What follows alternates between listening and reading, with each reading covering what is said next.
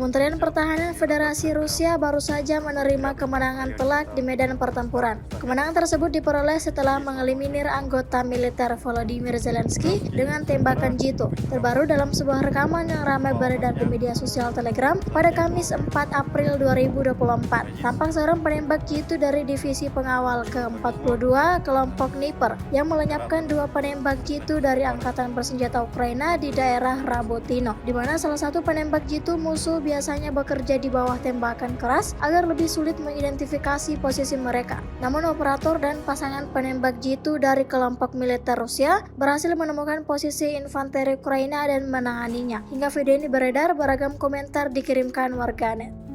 Иногда везет, и ротация прям проходит рядышком в районе 100-200-300 метров, и есть возможность отработать на контуре цели. Украинские снайпера обычно работают под валом огня, чтобы сложнее было выявить позиции. Но им не повезло с оператором и со снайперской парой обнаружили их позицию и отработали.